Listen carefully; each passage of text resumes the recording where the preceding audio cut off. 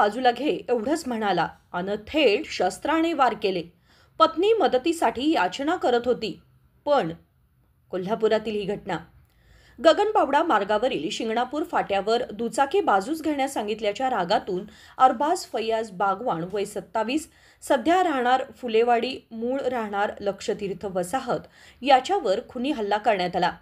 बुधवारी सायंकाळी 6च्या सुमारास भर रस्त्यात हा प्रकार घडला।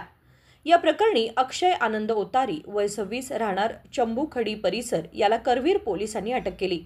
या हल्ल्यामागे दोघातील जुन्या वादाची किनार असल्याचं पोलीस तपासात समोर येत आहे। दरम्यान अक्षय ओतारी याला झालेल्या मारहाणीबद्दल अरबाज बागवान याच्यावरही गुन्हा दाखल झाला। याबाबत पोलिसांकडून मिळालेली माहिती अशी की अरबाज बागवान हा पत्नीसोबत रिक्षातून बालिंगा येथे निघाला होता।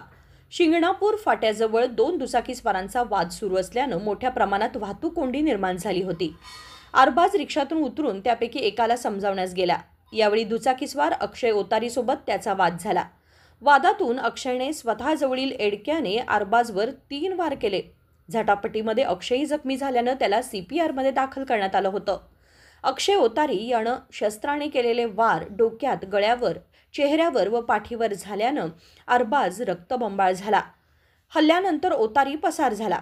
अरबाजची पत्नी हा प्रकार पाहून मोठमोठ्याने ओरडत होती, पण अडवण्यास कोणीही आलं नाही। पतीला उचलून तिने रस्त्याकडेच्या एका कट्ट्यावर बसवलं। अक्षय ओतारी हा दुचाकीवरून जात असताना त्याच्या बुलेटचा अन्य मोटारीसोबत अपघात झाला। त्यावेळी त्या दोघात वाद सुरू असताना अरबाज बागवान तेथे आला। तुमच्या वादात माझी रिक्षा अडकली आहे असं बोलत त्याने अक्षयशी गळपट धरली। तसेच स्वतःजवळील चाकूने अक्षयवर हल्ला केल्याची फिर्याद अक्षयचे वडील आनंद मुकुंद ओतारी वय 53 यांनी करवीर पोलीस ठाण्यात दिली। यावरून अरबाज विरोधातही परस्पर विरोधी गुन्हा नोंदवण्यात आलाय। Bureau report, Janshakti news 18।